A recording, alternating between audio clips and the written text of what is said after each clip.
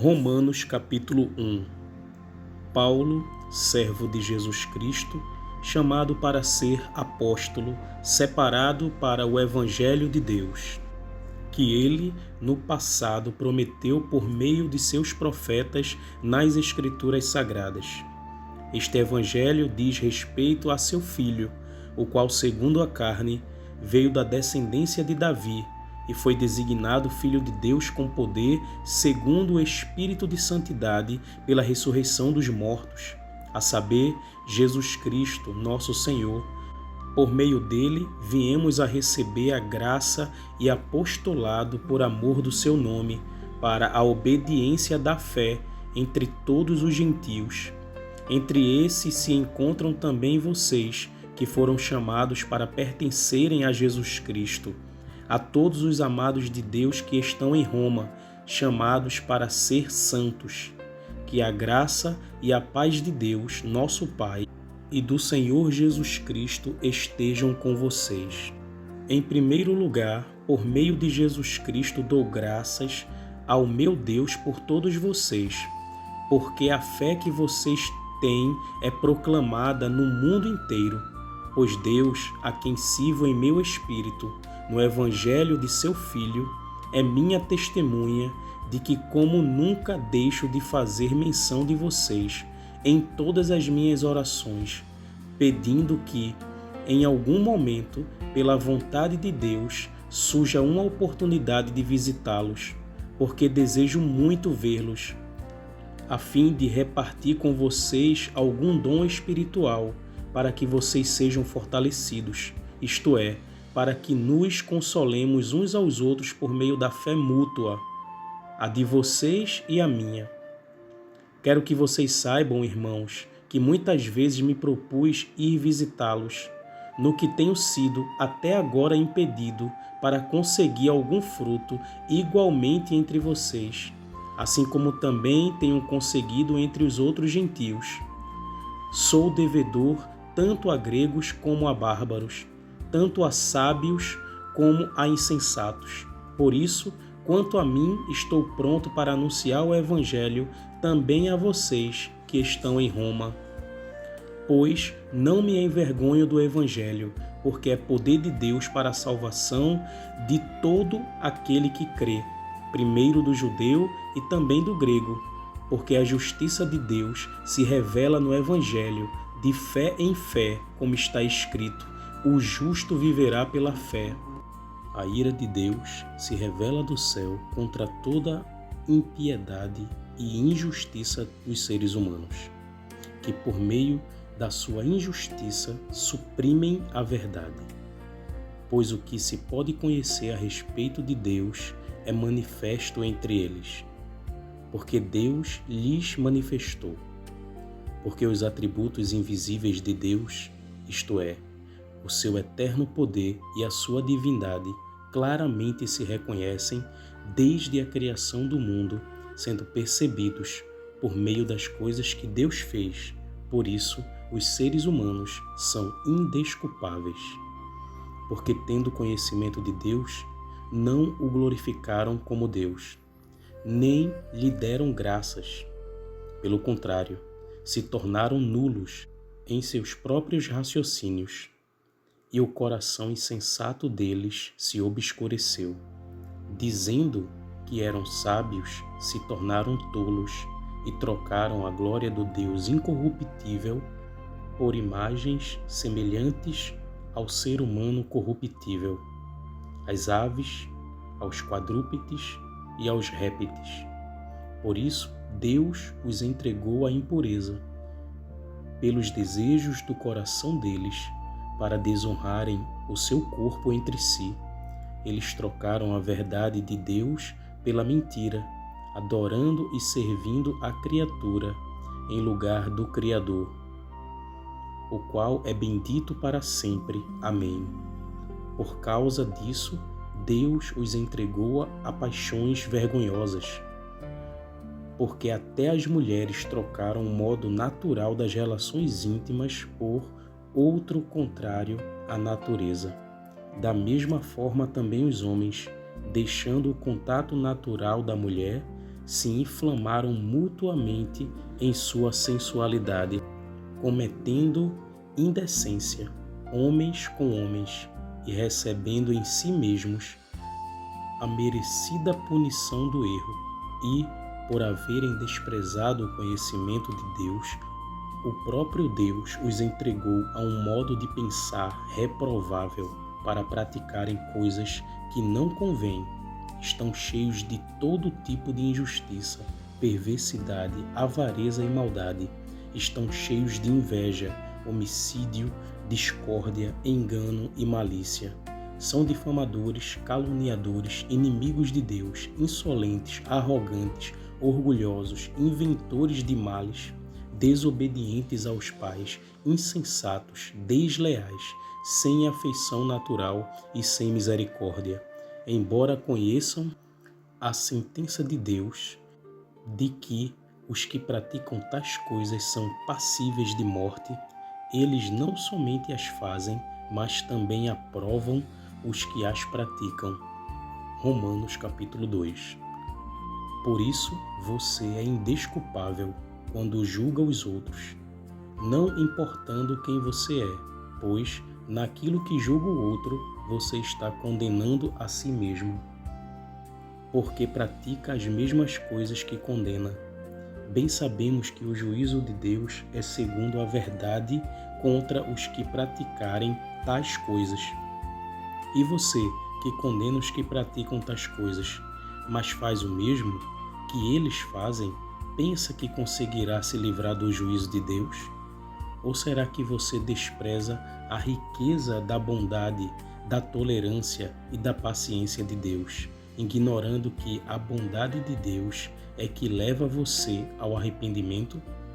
Mas, por ser teimoso e ter um coração impenitente, você acumula contra si mesmo ira para o dia da ira e da revelação do justo juízo de Deus, que retribuirá a cada um segundo as suas obras.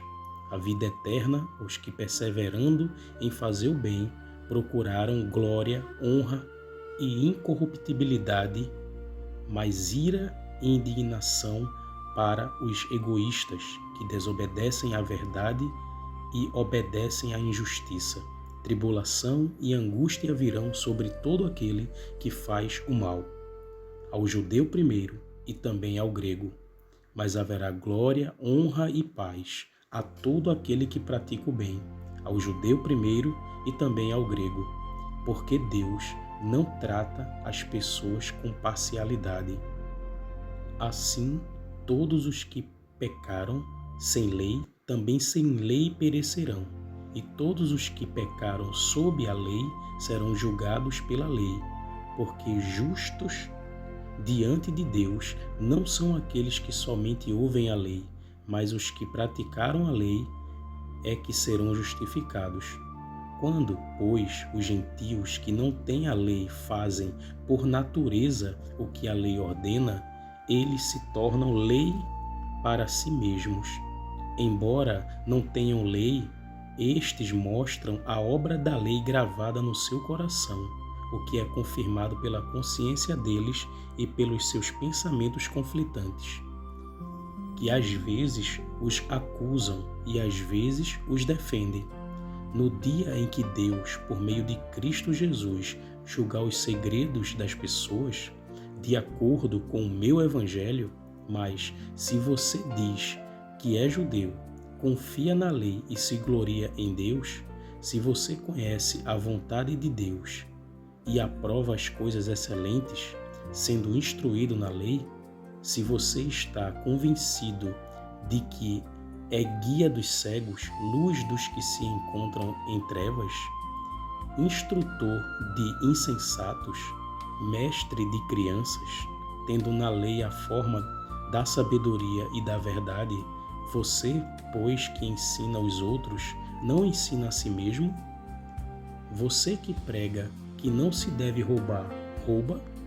Você que diz que não se deve cometer adultério, adultera? Você que detesta ídolos, rouba os templos? Você que se gloria na lei, desonra a Deus pela transgressão da lei? Pois como está escrito, O nome de Deus é blasfemado entre os gentios por causa de vocês. A circuncisão tem valor se você pratica a lei, mas se você é transgressor da lei, a sua circuncisão já se tornou incircuncisão. Portanto, se a incircuncisão observa os preceitos da lei, não será essa incircuncisão considerada como circuncisão?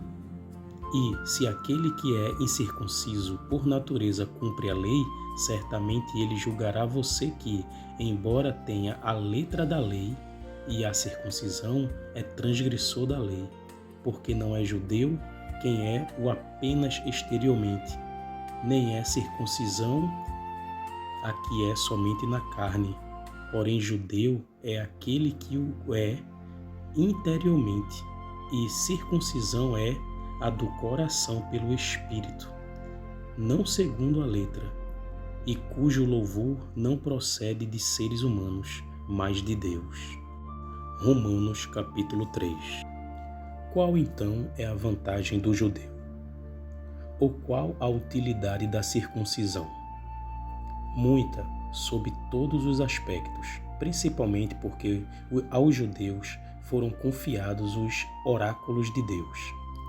E então, se alguns não creram, será que a incredulidade deles anulará a fidelidade de Deus? De modo nenhum.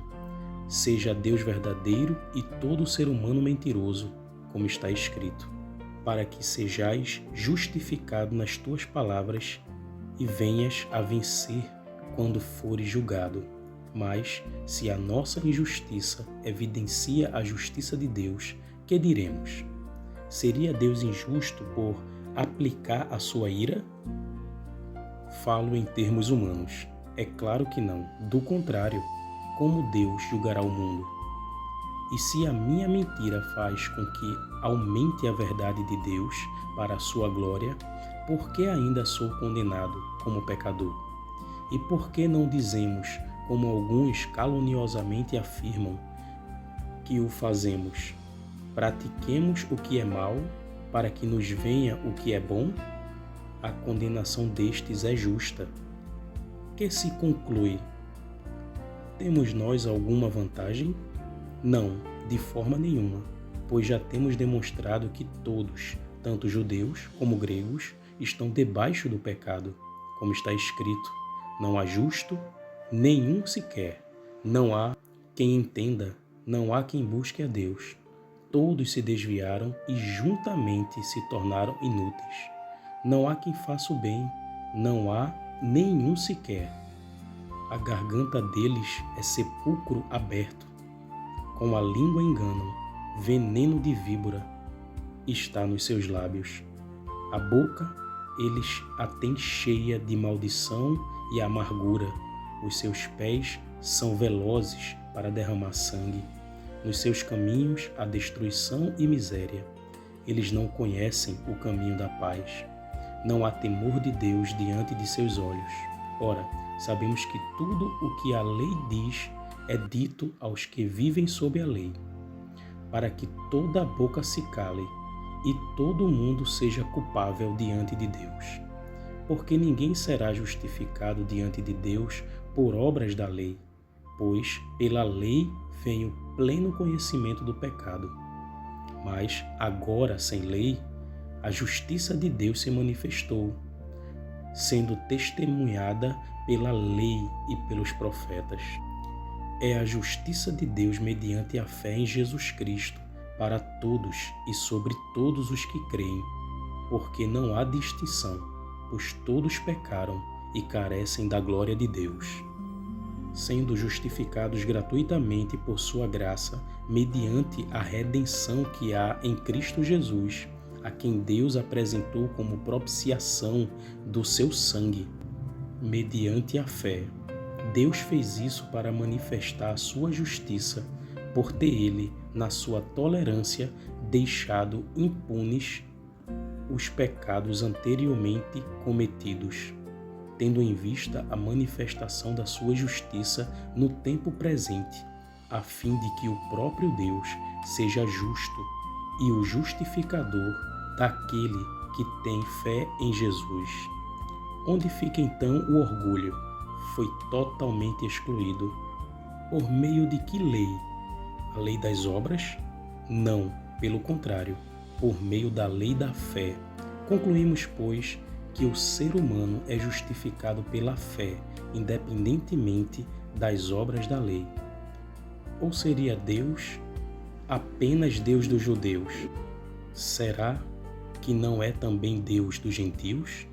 Sim, também dos gentios, visto que Deus é um só, o qual justificará o circunciso a partir da fé e o incircunciso por meio da fé.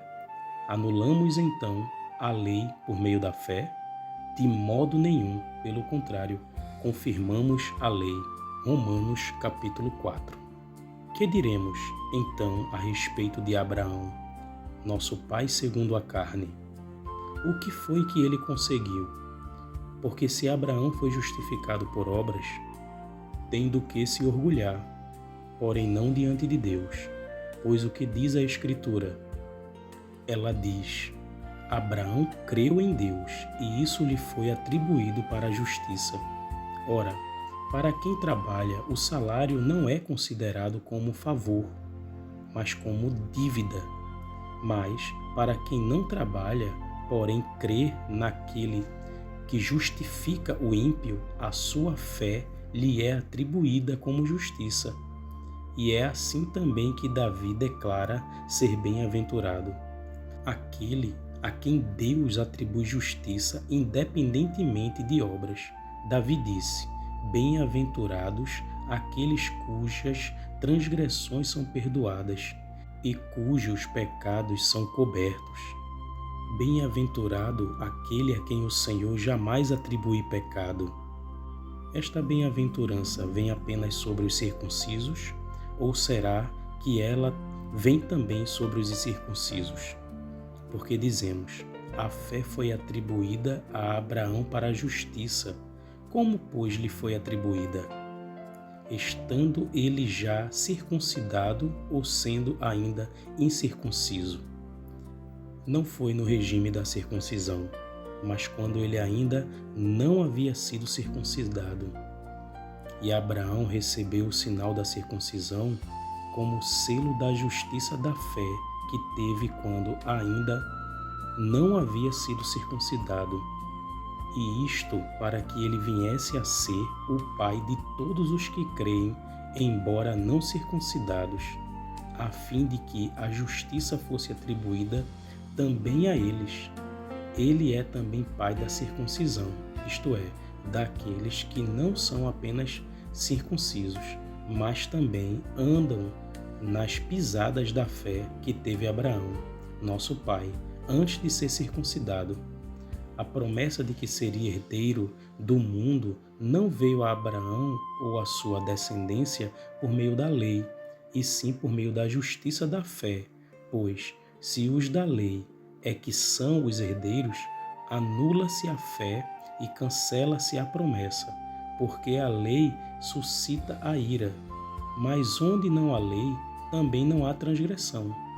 Essa é a razão porque provém da fé, para que seja segundo a graça, a fim de que a promessa seja garantida para toda a descendência, não somente a descendência que está no regime da lei, mas também a descendência que tem a fé que Abraão teve, porque Abraão é pai de todos nós, como está escrito: eu o constituí por pai de muitas nações. Diante daquele em que Abraão creu, o Deus que vivifica os mortos chama à existência as coisas que não existem. Abraão, esperando contra a esperança, creu para vir a ser pai de muitas nações, segundo lhe havia sido dito: assim será a sua descendência. E, sem enfraquecer na fé, levou em conta o seu próprio corpo já amortecido, tendo ele quase 100 anos. E a esterilidade do ventre de Sara não duvidou por incredulidade da promessa de Deus, mas pela fé se fortaleceu, dando glória a Deus, estando plenamente convicto de que Deus era poderoso para cumprir o que havia prometido. Assim também isso lhe foi atribuído para a justiça, e as palavras lhe foi atribuída. Foram escritas não somente por causa dele, mas também por nossa causa, visto que a nós igualmente nos será atribuído, a saber, a nós que cremos naquele que ressuscitou dentre os mortos, a Jesus, nosso Senhor, o qual foi entregue por causa das nossas transgressões e ressuscitou para a nossa justificação. Romanos capítulo 5. Justificados, pois, mediante a fé, temos paz com Deus, por meio de nosso Senhor Jesus Cristo, pelo qual obtivemos também acesso pela fé a esta graça na qual estamos firmes, e nos gloriamos na esperança da glória de Deus. E não somente isto, mas também nos gloriamos nas tribulações, sabendo que a tribulação produz perseverança, a perseverança produz experiência, e a experiência produz esperança. Ora, a esperança não nos deixa decepcionados, porque o amor de Deus é derramado em nosso coração pelo Espírito Santo que nos foi dado. Porque Cristo, quando nós ainda éramos fracos, morreu a seu tempo pelos ímpios. Dificilmente alguém morreria por um justo, embora por uma pessoa boa alguém talvez tenha coragem para morrer. Mas Deus prova o seu próprio amor para conosco pelo fato de Cristo ter morrido por nós quando ainda éramos pecadores. Logo, muito mais agora, sendo justificados pelo seu sangue, seremos por ele salvos da ira. Porque se nós, quando inimigos, fomos reconciliados com Deus mediante a morte do seu Filho, muito mais, estando já reconciliados, seremos salvos pela sua vida. E não apenas isso, mas também nos gloriamos em Deus por meio de nosso Senhor Jesus Cristo, mediante o qual recebemos agora a reconciliação. Portanto, assim como por um só homem entrou o pecado no mundo, e pelo pecado veio a morte, assim também a morte passou a toda a humanidade, porque todos pecaram. Porque antes de a lei ser dada, havia pecado no mundo, mas o pecado não é levado em conta quando não há lei. No entanto, a morte reinou desde Adão até Moisés, mesmo sobre aqueles que não pecaram à semelhança da transgressão de Adão, o qual prefigurava aquele que havia de vir. Mas o dom gratuito não é como a ofensa, porque se muitos morreram pela ofensa de um só, muito mais a graça de Deus e o dom pela graça de um só homem, Jesus Cristo, foram abundantes sobre muitos. O dom, entretanto, não é como no caso em que somente um pecou, porque o julgamento derivou de uma só ofensa para a condenação, mas a graça deriva de muitas ofensas para a justificação.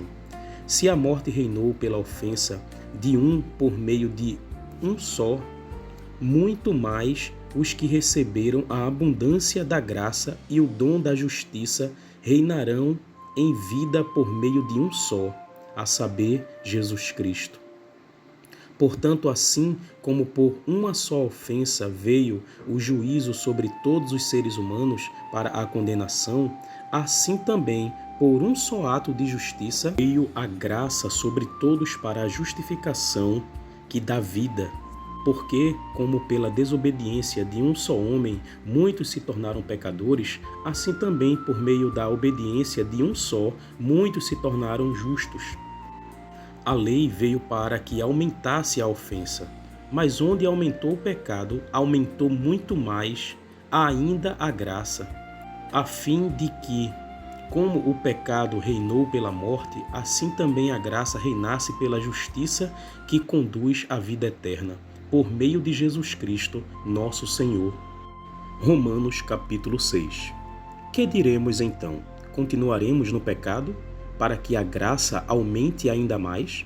De modo nenhum. Como viveremos ainda no pecado, nós que já morremos para ele? Ou será que vocês ignoram que todos nós que fomos batizados em Cristo Jesus, fomos batizados na sua morte? Fomos sepultados com ele na morte pelo batismo, para que, como Cristo foi ressuscitado dentre os mortos pela glória do Pai, assim também nós andemos em novidade de vida. Porque, se fomos unidos com ele na semelhança de sua morte, certamente o seremos também na semelhança de sua ressurreição. Sabendo isto, que a nossa velha natureza foi crucificada com ele, para que o corpo do pecado seja destruído, e não sejamos mais escravos do pecado, pois quem morreu está justificado do pecado. Ora, se já morremos com Cristo, cremos que também viveremos com ele, sabendo que, havendo Cristo ressuscitado dentre os mortos, já não morre, a morte já não tem domínio sobre ele.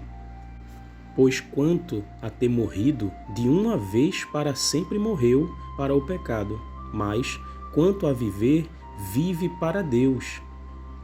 Assim também vocês considerem-se mortos para o pecado, mas vivos para Deus, em Cristo Jesus. Portanto, não permitam que o pecado reine em seu corpo mortal, fazendo com que vocês obedeçam às suas paixões. Também não ofereçam os membros do corpo ao pecado como instrumentos de injustiça, mas como pessoas que passaram da morte para a vida. Ofereçam a si mesmos a Deus e ofereçam os seus membros a Deus como instrumentos de justiça. Porque o pecado não terá domínio sobre vocês, pois vocês não estão debaixo da lei, e sim da graça. E então, havemos de pecar porque não estamos debaixo da lei e sim da graça? De modo nenhum. Será que vocês não sabem que, ao se oferecerem como servos para a obediência, vocês são servos daquele a quem obedecem, seja do pecado que leva à morte ou da obediência que conduz à justiça?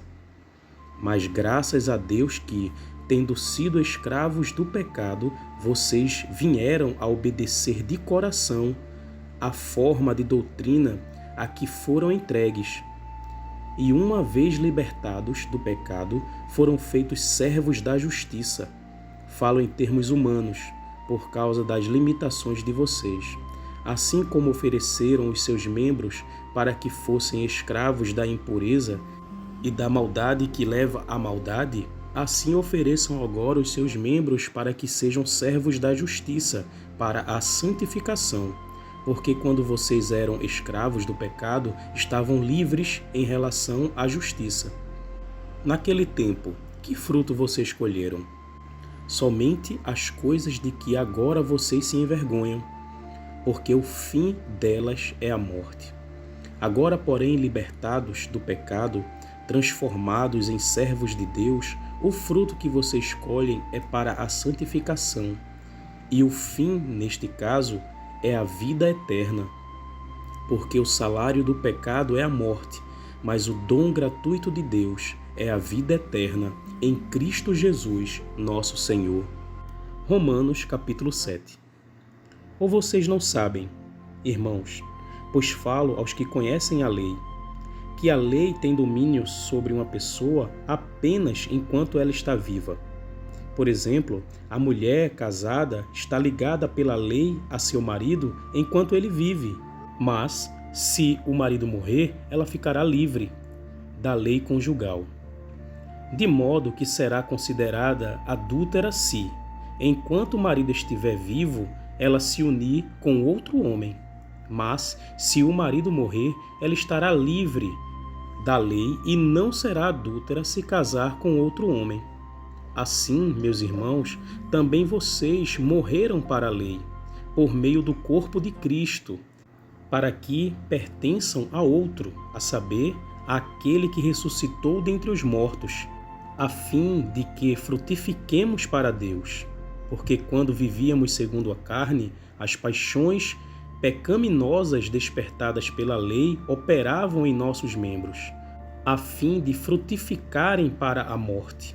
Agora, porém, estamos livres da lei, pois morremos para aquilo a que estávamos sujeitos, para que sirvamos de maneira nova, segundo o Espírito, e não da maneira antiga, segundo a letra. Que diremos então?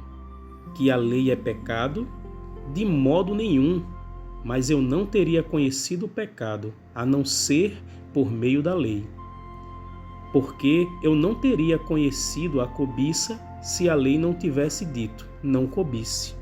Mas o pecado, aproveitando a ocasião dada pelo mandamento, despertou em mim todo tipo de cobiça, porque sem lei o pecado está morto. Houve um tempo em que, sem a lei, eu vivia, mas quando veio o mandamento, o pecado reviveu e eu morri. E verifiquei que o mandamento que me havia sido dado para a vida, esse se tornou mandamento para a morte, porque o pecado, aproveitando a ocasião dada pelo mandamento, me enganou e, por meio do mandamento, me matou. Assim, a lei é santa e o mandamento é santo, justo e bom. Então, aquilo que é bom se tornou morte para mim? De modo nenhum. Pelo contrário, o pecado, para mostrar-se como pecado, por meio de uma coisa boa, causou-me a morte, a fim de que, pelo mandamento, o pecado mostrasse toda a sua força de pecado. Porque bem sabemos que a lei é espiritual. Eu, porém, sou carnal, vendido à escravidão do pecado, porque nem mesmo compreendo o meu próprio modo de agir, pois não faço o que prefiro, e sim o que detesto. Ora, se faço o que não quero, concordo com a lei que é boa. Neste caso, quem faz isso já não sou eu, mas o pecado que habita em mim, porque eu sei que em mim, isto é, na minha carne, não habita bem nenhum, pois o querer o bem está em mim, mas não o realizá-lo. Porque não faço o bem que eu quero, mas o mal que não quero, esse faço. Mas, se eu faço o que não quero, já não sou eu quem o faz, e sim o pecado que habita em mim. Assim, encontro esta lei. Quando quero fazer o bem, o mal reside em mim, porque segundo o homem interior tenho prazer na lei de Deus, mas vejo nos meus membros outra lei que, guerreando contra a lei da minha mente, me faz prisioneiro da lei do pecado que está nos meus membros. Miserável homem que sou, quem me livrará do corpo desta morte? Graças a Deus por Jesus Cristo, nosso Senhor, de maneira que eu, de mim mesmo, com a mente sou escravo da lei de Deus, mas segundo a carne sou escravo da lei do pecado. Romanos capítulo 8. Agora, pois, já não existe nenhuma condenação para os que estão em Cristo Jesus, porque a lei do Espírito da vida em Cristo Jesus livrou você da lei do pecado da morte, porque aquilo que a lei não podia fazer, por causa da fraqueza da carne, isso Deus fez, enviando o seu próprio Filho em semelhança de carne pecaminosa e no que diz respeito ao pecado. E assim Deus condenou o pecado na carne, a fim de que a exigência da lei se cumprisse em nós, que não vivemos segundo a carne, mas segundo o Espírito. Os que vivem segundo a carne se inclinam para as coisas da carne, mas os que vivem segundo o Espírito se inclinam para as coisas do Espírito. Pois a inclinação da carne é morte, mas do Espírito é vida e paz. Porque a inclinação da carne é inimizade contra Deus, pois não está sujeita à lei de Deus, nem mesmo pode estar. Portanto, os que estão na carne não podem agradar a Deus. Vocês, porém, não estão na carne, mas no Espírito, se de fato o Espírito de Deus habita em vocês. E se alguém não tem o Espírito de Cristo, esse tal não é dele. Se, porém, Cristo está em vocês, O corpo, na verdade, está morto por causa do pecado, mas o espírito é vida por causa da justiça. Se em vocês habita o espírito daquele que ressuscitou Jesus dentre os mortos, esse mesmo que ressuscitou Cristo dentre os mortos vivificará também o corpo mortal de vocês, por meio do seu Espírito que habita em vocês. Assim, pois, irmãos, somos devedores, não à carne, como se estivéssemos obrigados a viver segundo a carne. Porque se vocês viverem segundo a carne, caminharão para a morte. Mas se pelo Espírito mortificarem os efeitos do corpo, certamente viverão. Pois todos os que são guiados pelo Espírito de Deus são filhos de Deus. Porque vocês não receberam um espírito de escravidão para viverem outra vez atemorizados, mas receberam o espírito de adoção, por meio do qual clamamos: Abba, Pai. O próprio Espírito confirma ao nosso espírito que somos filhos de Deus. E, se somos filhos, somos também herdeiros, herdeiros de Deus e co-herdeiros com Cristo. Se com Ele sofremos, para que também com Ele sejamos glorificados. Porque para mim tenho por certo que os sofrimentos do tempo presente não podem ser comparados com a glória a ser revelada em nós. A ardente expectativa da criação aguarda a revelação dos filhos de Deus, pois a criação está sujeita à vaidade, não por sua própria vontade, mas por causa daquele que a sujeitou, na esperança de que a própria criação será libertada do cativeiro da corrupção para a liberdade da glória dos filhos de Deus. Porque sabemos que toda a criação a um só tempo geme e suporta angústias até agora. E não somente ela, mas também nós, que temos as primícias do Espírito, igualmente gememos em nosso íntimo, aguardando a adoção de filhos, a redenção do nosso corpo, porque na esperança fomos salvos. Ora, esperança que se vê não é esperança, pois quem espera o que está vendo? Mas se esperamos o que não vemos, com paciência o aguardamos. Da mesma maneira também o Espírito nos ajuda em nossa fraqueza, porque não sabemos orar como convém, mas o próprio Espírito intercede por nós com gemidos inexprimíveis. E aquele que sonda os corações sabe qual é a mente do Espírito, porque intercede pelos santos de acordo com a vontade de Deus. Sabemos que todas as coisas cooperam para o bem daqueles que amam a Deus, daqueles que são chamados segundo o seu propósito. Pois aqueles que Deus de antemão conheceu, Ele também predestinou para serem conformes à imagem de seu Filho, a fim de que ele seja o primogênito entre muitos irmãos. E os que predestinou, a esses também chamou, e aos que chamou, a esses também justificou, e aos que justificou, a esses também glorificou. Que diremos, então, à vista destas coisas? Se Deus é por nós, quem será contra nós? Aquele que não poupou o seu próprio Filho, mas por todos nós o entregou, será que não nos dará graciosamente com ele todas as coisas? Quem intentará acusação contra os eleitos de Deus? É Deus quem os justifica. Quem os condenará? É Cristo Jesus quem morreu, ou melhor, quem ressuscitou, o qual está à direita de Deus e também intercede por nós. Quem nos separará do amor de Cristo? Será a tribulação, ou a angústia, ou a perseguição, ou a fome, ou a nudez, ou o perigo, ou a espada? Como está escrito: por amor de ti somos entregues à morte continuamente. Fomos considerados como ovelhas para o matadouro.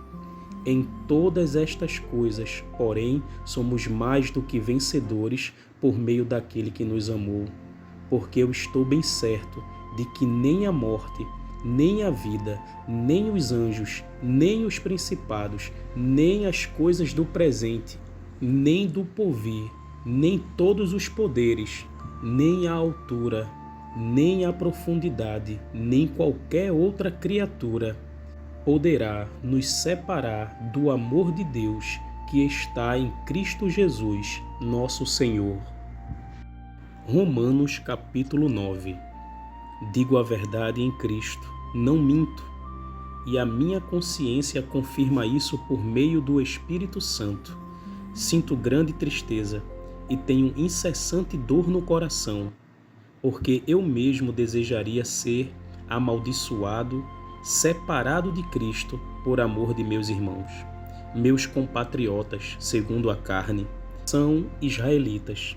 A eles pertence a adoção, assim como a glória, as alianças e a promulgação da lei, o culto e as promessas. Deles são os patriarcas, e também deles descende o Cristo, segundo a carne, o qual é sobre todos, Deus bendito para sempre. Amém. E não pensemos que a palavra de Deus falhou, porque nem todos os de Israel são, de fato, israelitas. Nem por serem descendentes de Abraão são todos filhos. Pelo contrário, por meio de Isaque será chamada a sua descendência. Isto é, não são os filhos da carne que são filhos de Deus, mas os filhos da promessa é que são contados como descendência. Porque a palavra da promessa é esta: por esse tempo voltarei, e Sara terá um filho.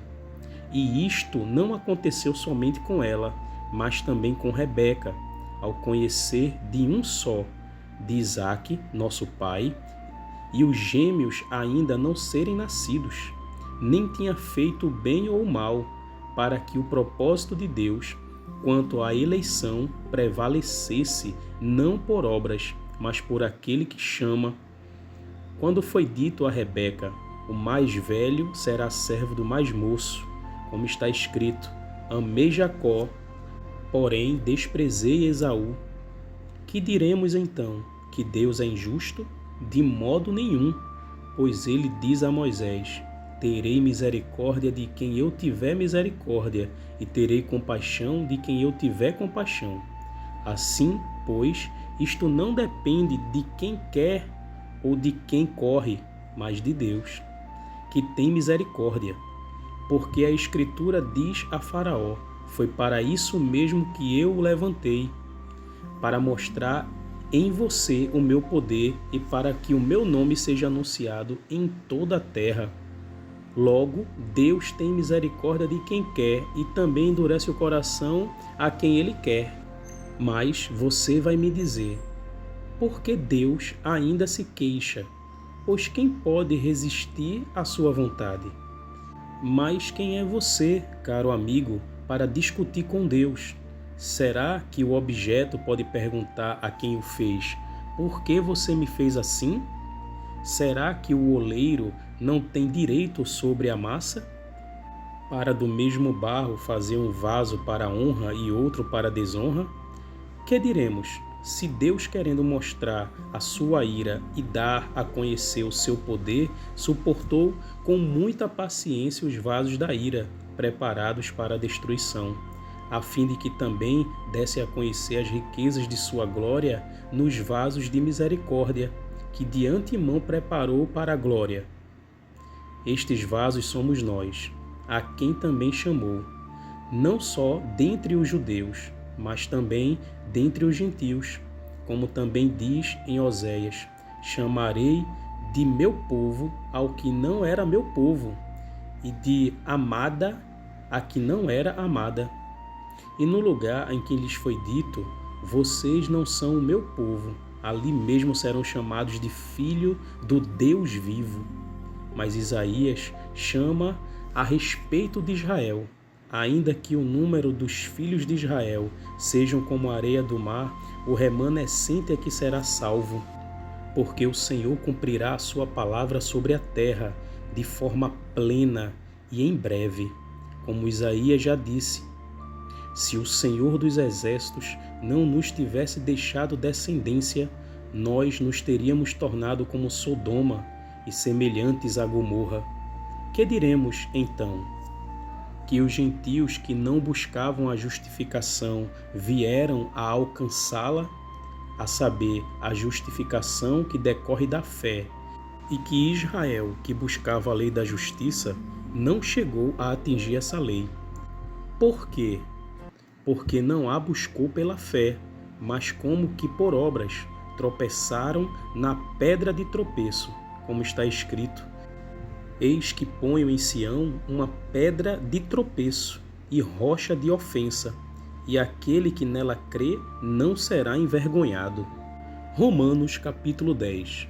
Irmãos, o desejo do meu coração e a minha súplica a Deus em favor deles é para que eles sejam salvos, porque dou testemunho a favor deles de que têm zelo por Deus, porém não com entendimento, desconhecendo a justiça de Deus e procurando estabelecer a sua própria justiça.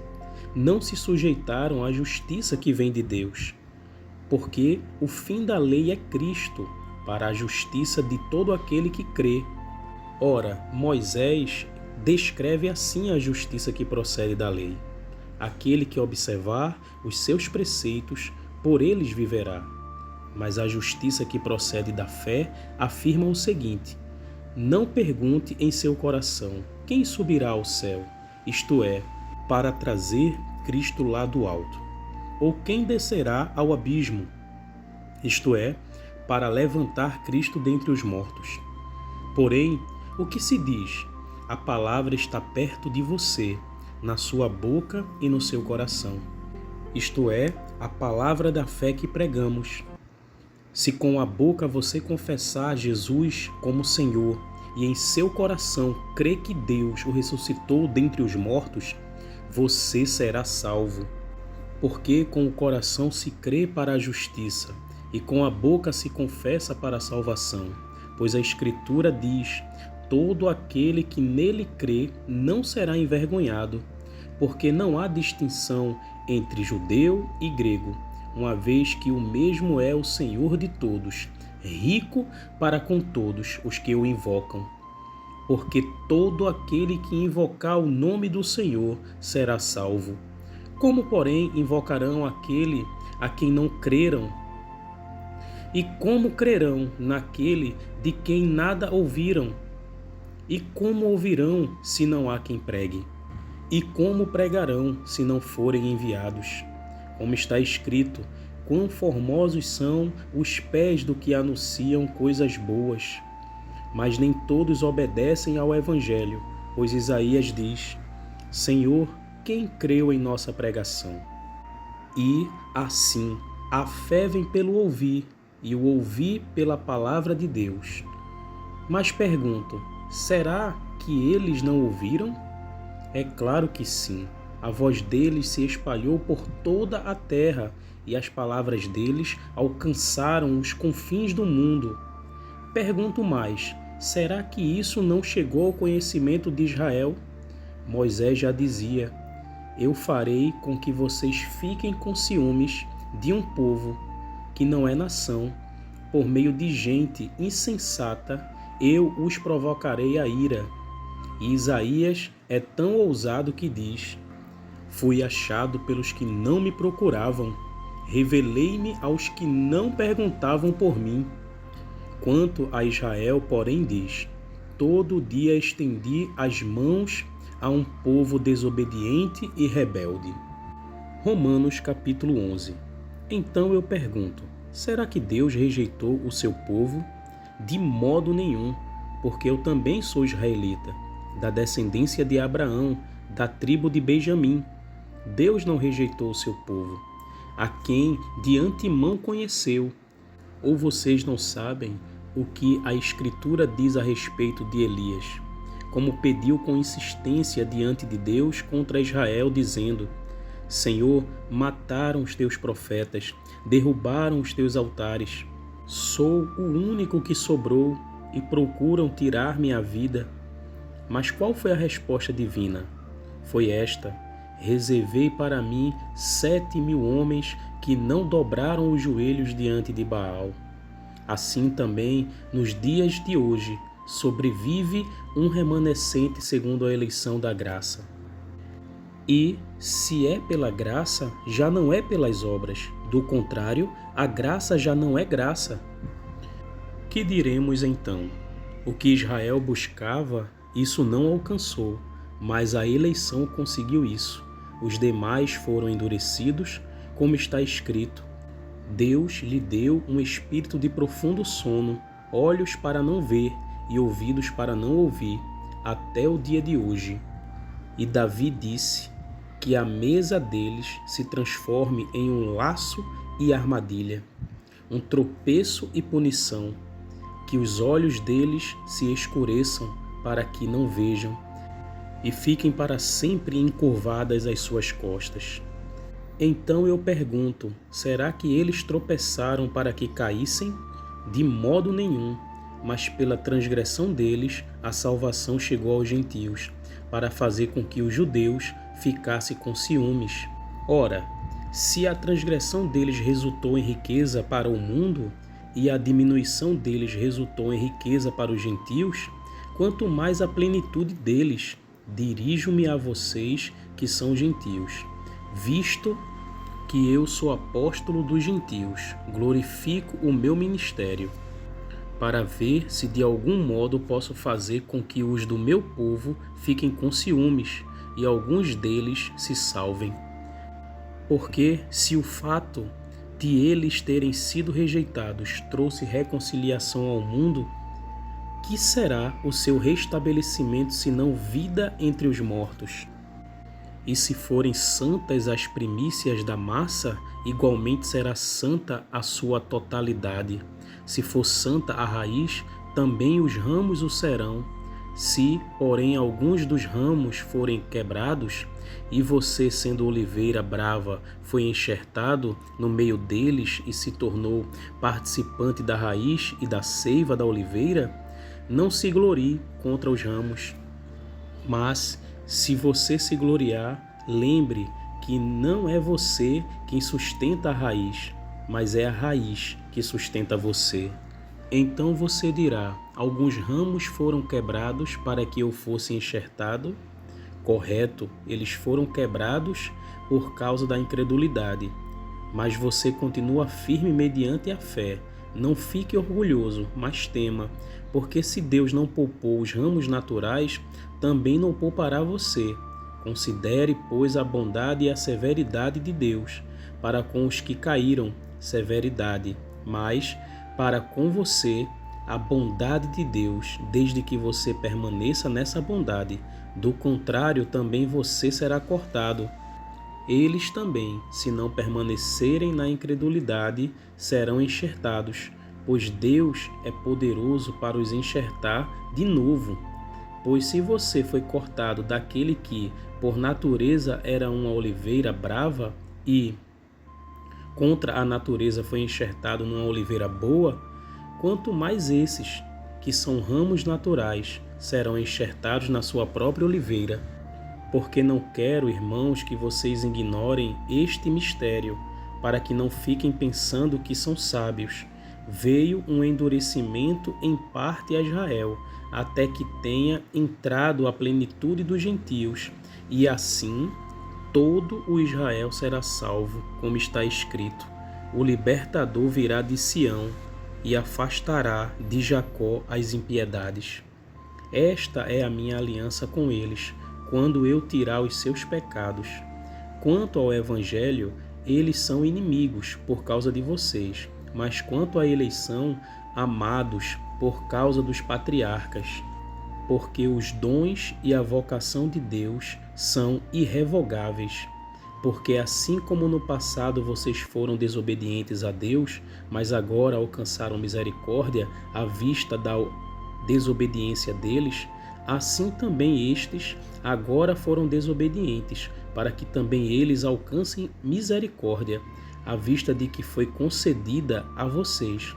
Porque Deus encerrou todos na desobediência, a fim de mostrar a sua misericórdia a todos.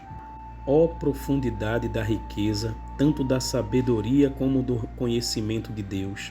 Quão inexplicáveis são os seus juízos e quão insondáveis os seus caminhos! Pois quem conheceu a mente do Senhor? Ou quem foi o seu conselheiro? Ou quem primeiro deu alguma coisa a Deus para que isso lhe seja restituído? Porque dele e por meio dele e para ele são todas as coisas. A ele seja a glória para sempre. Amém. Romanos capítulo 12. Portanto, irmãos, pelas misericórdias de Deus, peço que ofereçam o seu corpo como sacrifício vivo, santo e agradável a Deus. Este é o culto racional de vocês. E não vivam conforme os padrões deste mundo, mas deixem que Deus os transforme pela renovação da mente, para que possam experimentar qual é a boa, agradável e perfeita vontade de Deus. Porque pela graça que me foi dada, digo a cada um de vocês que não pense de si mesmo além do que convém. Pelo contrário, pense com moderação, segundo a medida da fé que Deus repartiu a cada um. Porque assim como num só corpo tem muitos membros, mas nem todos os membros têm a mesma função, assim também nós, embora sejamos muitos, somos um só corpo em Cristo e membros uns dos outros. Temos, porém, diferentes dons segundo a graça que nos foi dada. Se é profecia, seja segundo a proporção da fé. Se é ministério, dediquemo-nos ao ministério. O que ensina, dedique-se ao ensino. O que exorta, façam com dedicação. O que contribui, com generosidade. O que preside, com zelo. Quem exerce misericórdia, com alegria. O amor seja sem hipocrisia. Odeiem o mal e apeguem-se ao bem. Amem uns aos outros com amor fraternal. Quanto à honra, deem sempre preferência aos outros. Quanto ao zelo, não sejam preguiçosos. Sejam fervorosos de espírito servindo o Senhor. Alegrem-se na esperança. Sejam pacientes na tribulação e perseverem na oração. Ajudem a suprir as necessidades dos santos. Pratiquem a hospitalidade. Abençoem aqueles que perseguem vocês. Abençoem, não amaldiçoem. Alegrem-se com os que se alegram. Chorem com os que choram. Tenham o mesmo modo de pensar de uns para com os outros. Em vez de serem orgulhosos, sejam solidários com os humildes. Não sejam sábios aos seus próprios olhos. Não paguem a ninguém mal por mal. Procurem fazer o bem diante de todos. Se possível, no que depender de vocês. Vivam em paz com todas as pessoas. Meus amados, não façam justiça com as próprias mãos, mas deem lugar à ira de Deus, pois está escrito: a mim pertence a vingança. Eu é que retribuirei, diz o Senhor. Façam o contrário.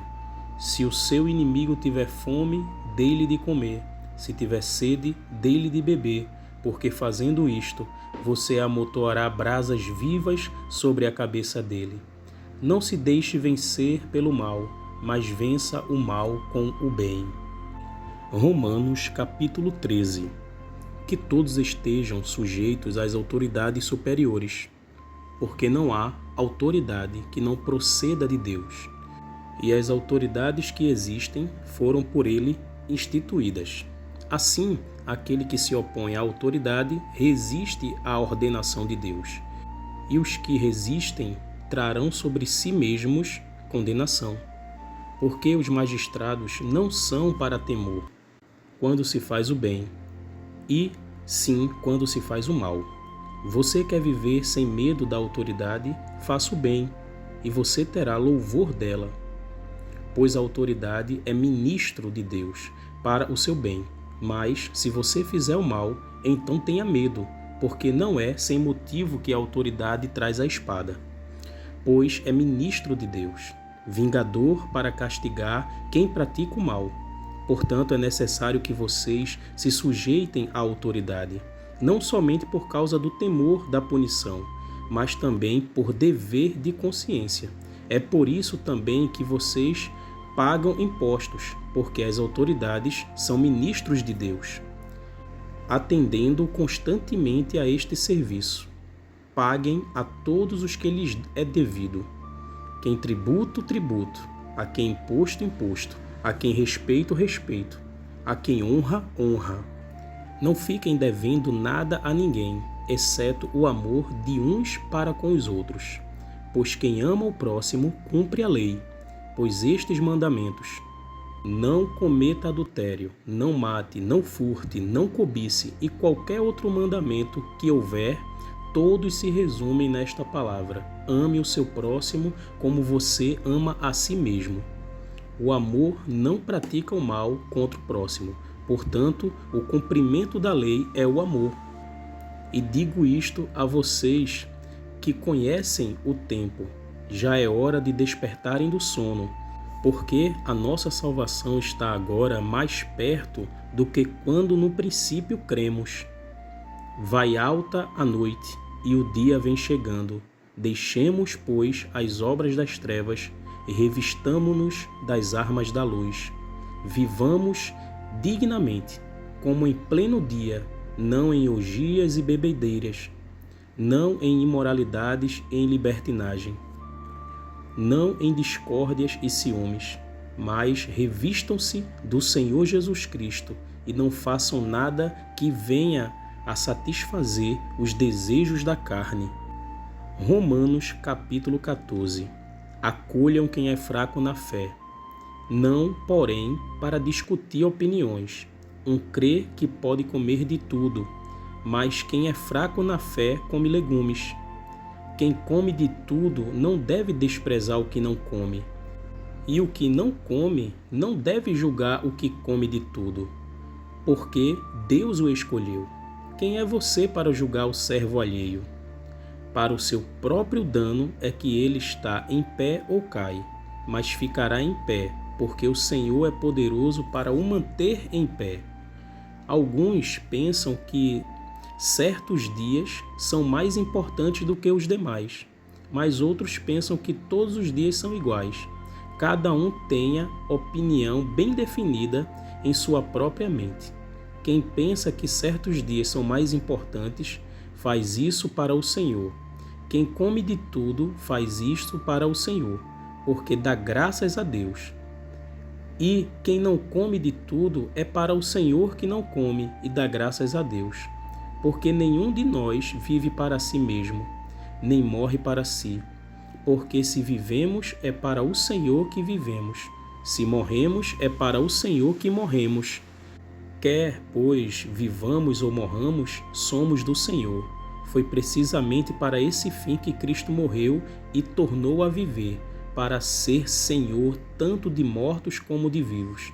Você, porém, porque julga o seu irmão? E você, por que despreza o seu irmão?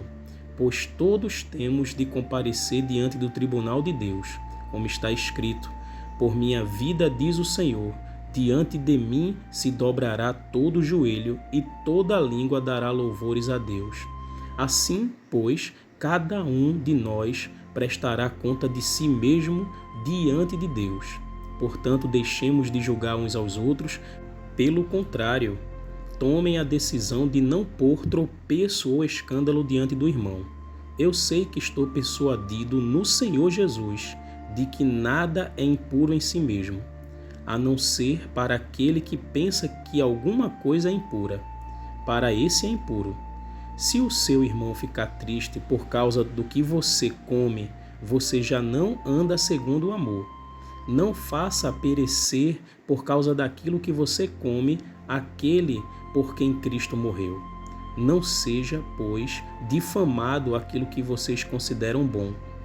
Porque o reino de Deus não é comida nem bebida, mas justiça, paz e alegria no Espírito Santo. Aquele que deste modo serve a Cristo é agradável a Deus, aprovado pelas pessoas. Assim, pois, sigamos as coisas que contribuem para a paz e também as que são para a edificação mútua. Não destrua a obra de Deus por causa da comida. Todas as coisas, na verdade, são puras, mas não é bom quando alguém come algo que causa escândalo. É bom não comer carne, nem beber vinho, nem fazer qualquer outra coisa que leve um irmão a tropeçar. A fé que você tem, guarde-a para você mesmo diante de Deus. Bem-aventurado é aquele que não se condena naquilo que aprova, mas aquele que tem dúvidas é condenado. Se comer, pois o que ele faz não provém de fé, e tudo o que não provém de fé é pecado. Romanos capítulo 15. Ora, nós que somos fortes na fé, temos que suportar as debilidades dos fracos e não agradar a nós mesmos. Portanto, cada um de nós agrade ao próximo no que é bom para edificação.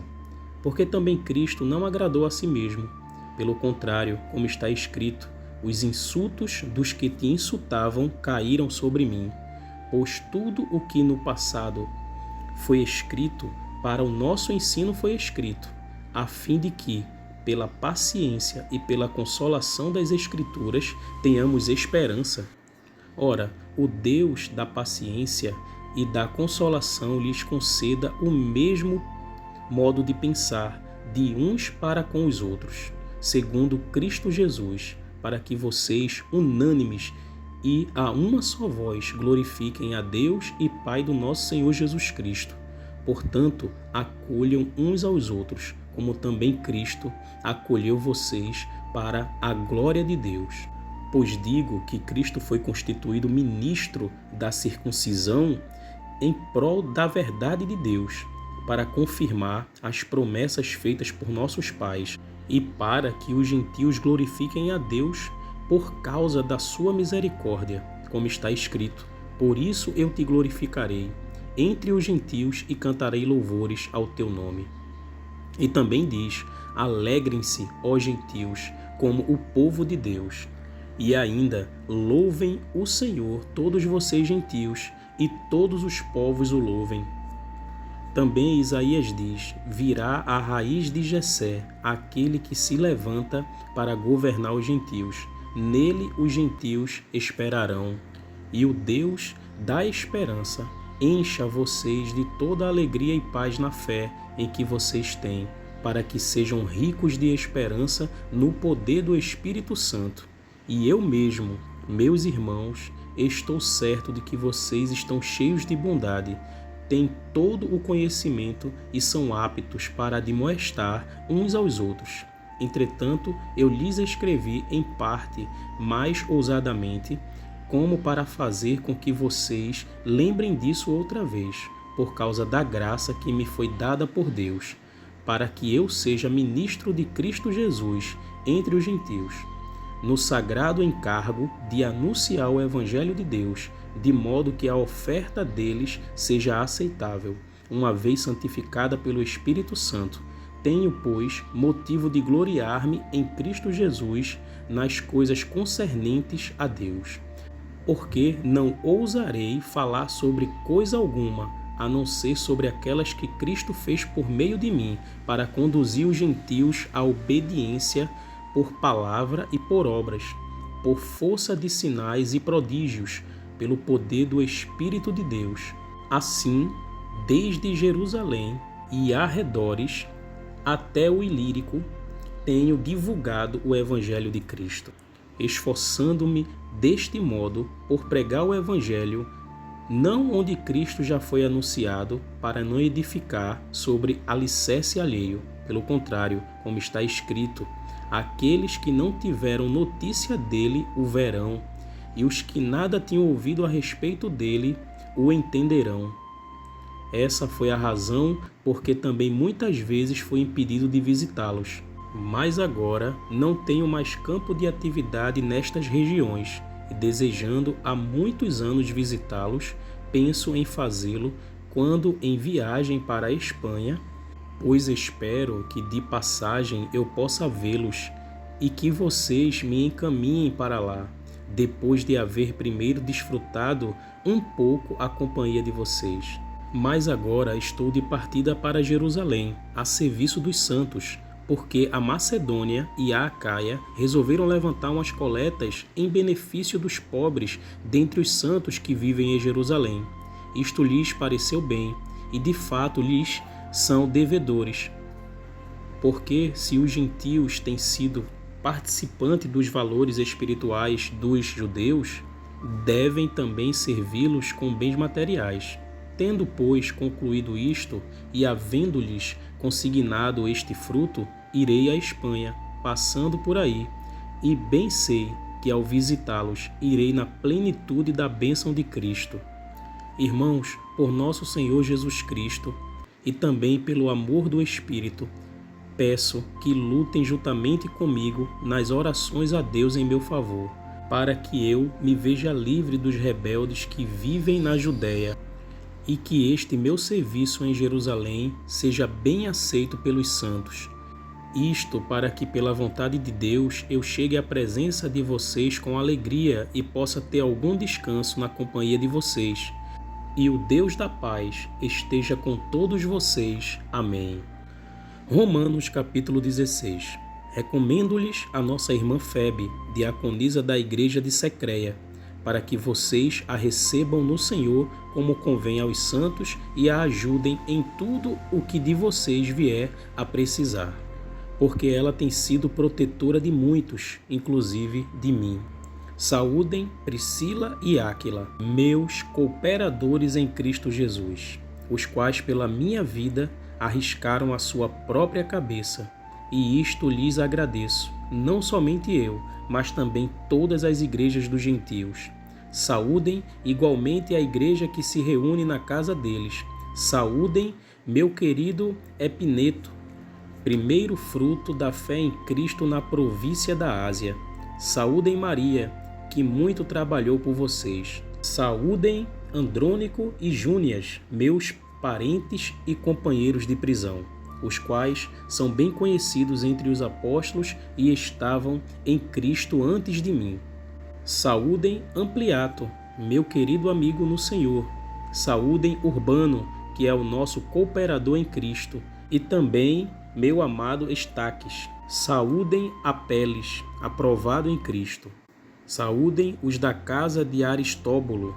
Saúdem o meu parente Herodião. Saúdem os da casa de Narciso, que estão no Senhor. Saúdem Trifena e Trifosa, as quais trabalham no Senhor. Saúdem a querida Pérside, que também muito trabalhou no Senhor. Saúdem Rufo, eleito no Senhor, e igualmente a mãe dele, que também tem sido mãe para mim. Saúdem Assíncrito, Flegonte, Hermes, Pátrobas, Hermes e os irmãos que se reúnem com eles. Saúdem Fílogo, Júlia, Nereu e sua irmã, Olimpas e todos os santos que se reúnem com eles. Saúdem uns aos outros com um beijo santo.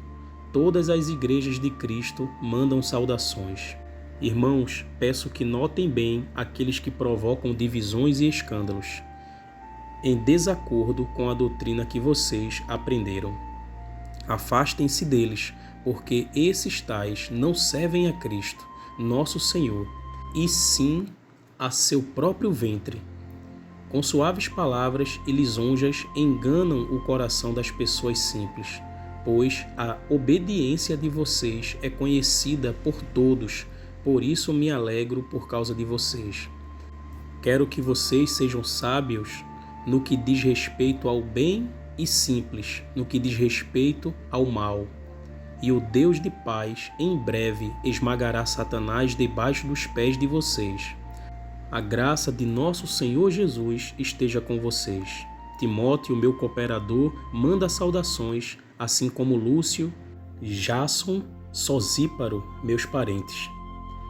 Eu, Técio, que escrevi esta carta, mando saudações no Senhor.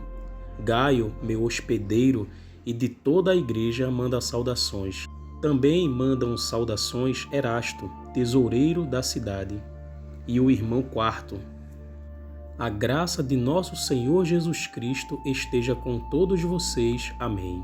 Ora, ao Deus que é poderoso para confirmar vocês segundo o meu Evangelho e a pregação de Jesus Cristo, conforme a revelação do mistério, guardado em silêncio desde os tempos eternos e que agora tornou-se manifesto e foi dado a conhecer por meio das Escrituras proféticas, segundo o mandamento do Deus eterno, para a obediência da fé entre todas as nações. E este Deus único e sábio seja dada glória por meio de Jesus Cristo para sempre. Amém.